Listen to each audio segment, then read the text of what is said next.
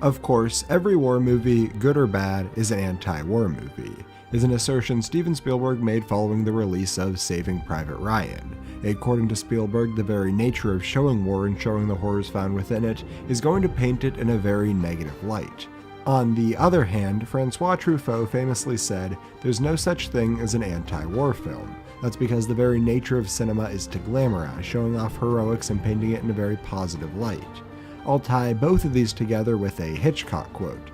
It's a director's job to direct the audience. A director tries to put images on screen that make the audience believe one thing, but at the end of the day, everything that is seen on screen is going to be interpreted differently by every individual watching a movie. A director can try and influence that, and Hitchcock was just as good as anyone at this, but two people can watch the same scene, and one can come away thinking that this is a glamorization of war, and the other thinks that this is a condemnation of war.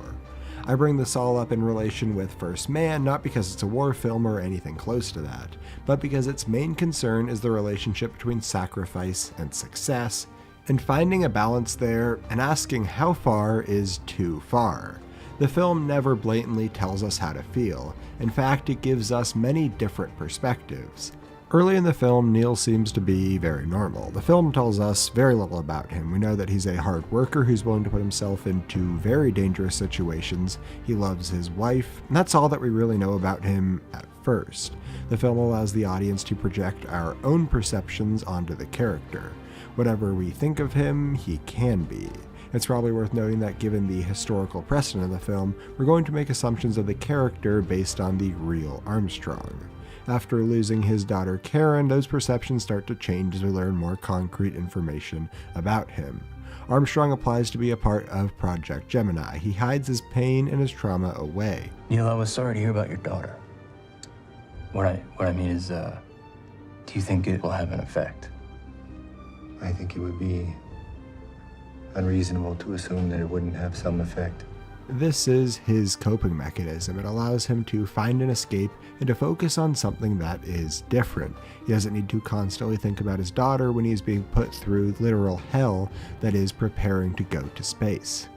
However, despite his attempts to not focus on the loss of his daughter, it's always a factor that is there. He never talks about it, but he always clings onto Karen's bracelet. It's the one physical thing that ties her to him. He also ties himself to her with his goal to go to the moon. However, the road to the moon is paved with loss. The very nature of the trip is one of danger and the unknown. It uses under-efficient technology to try and achieve something, and the result is even more death. Pay attention to the slow change in Ryan Gosling's performance. The more that he loses, the more he suffers, and the more he needs to go to the moon. First Man is a movie that isn't about the space race. It makes it very clear that early on to Neil, reaching the moon has very little to do with the Cold War. Why do you think space flight's important? I don't know what space exploration will uncover, but I don't think it'll be exploration just for the sake of exploration. If you want to know why I think the film didn't highlight the actual planting of the flag, it's because the film isn't about that. It's about one man's personal struggle trying to go to the moon. In this scene, the first time where he is talking about losing his daughter, he is less focused on the conversation. We had a swing like that back up in Juniper Hills.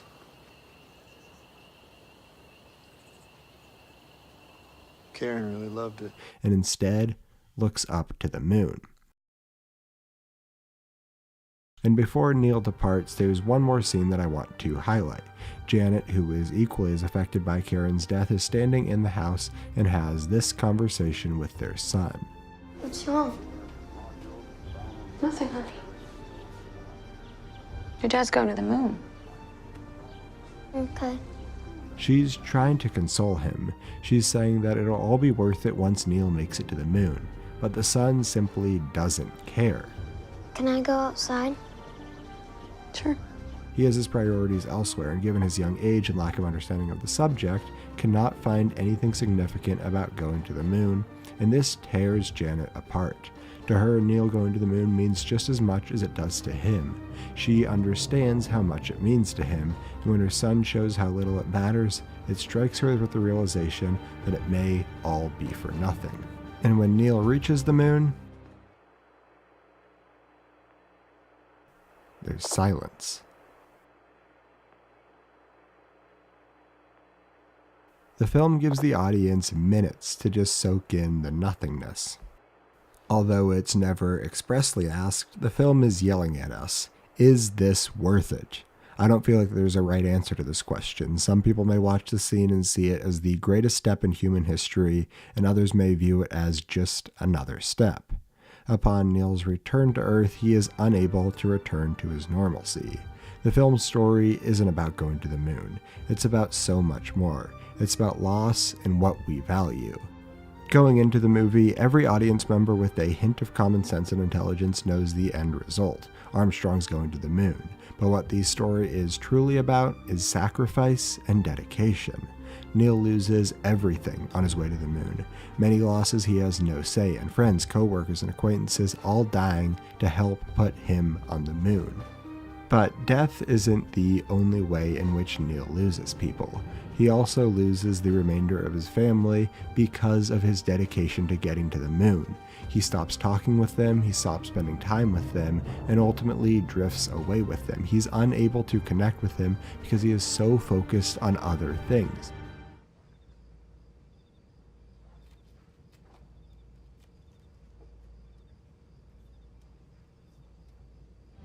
He's focused on the moon so that he can do it for Karen, and that ultimately tears him apart from his family. He's so focused on what is seemingly the intangible, getting to the moon, that he isn't focused on supporting his family through the tough time that they're all going through, just like he is. Of course, through the sacrifice, he ultimately finds success after completely removing those whom he loves from his life. And I feel like this cuts to the crux of all three of Damien Chazelle's films. It may not be the biggest idea in any of them, but it's certainly present in all of them. And that is, to achieve true greatness, it means sacrificing everything, including and especially relationships with others. In Whiplash, we watch the continued struggles of Andrew, trying to give it his all to achieve greatness, but it isn't until he ends the relationships with both his father and Nicole can he find the success that he wants. Similarly, in La La Land, Mia and Sebastian have a great time together. When they are together, we see them happy for the first time in the entire movie, but ultimately their success is limited. They're able to influence one another, get onto the right path where they can find success, but they don't achieve their dreams until after they break up. And in First Man, Neil completely isolates himself from colleagues, friends, and even his family.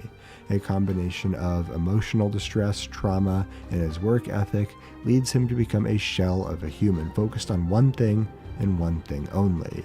In the end, he achieves it, but the question remains, was it worth it? Learning how hard this really was, how dangerous it was, how much these people sacrificed, it just kind of blew my mind. Hey everyone, I hope you enjoyed. If you can't tell, I'm a huge fan of Damien Chazelle. I covered both this and La La Land literally as soon as they were available, and Whiplash was the 12th film I ever covered. So needless to say, I will watch anything and everything that he puts his name on, so please let me know which of his films is your favorite. If you'd like to help me make more videos, consider supporting me on Patreon. A lot goes into making these videos, and every little bit helps. So if you are interested, there's a link on screen right next to my last video, in which I looked at The Godfather and how to develop characters. Thank you for watching, and I will see you next time.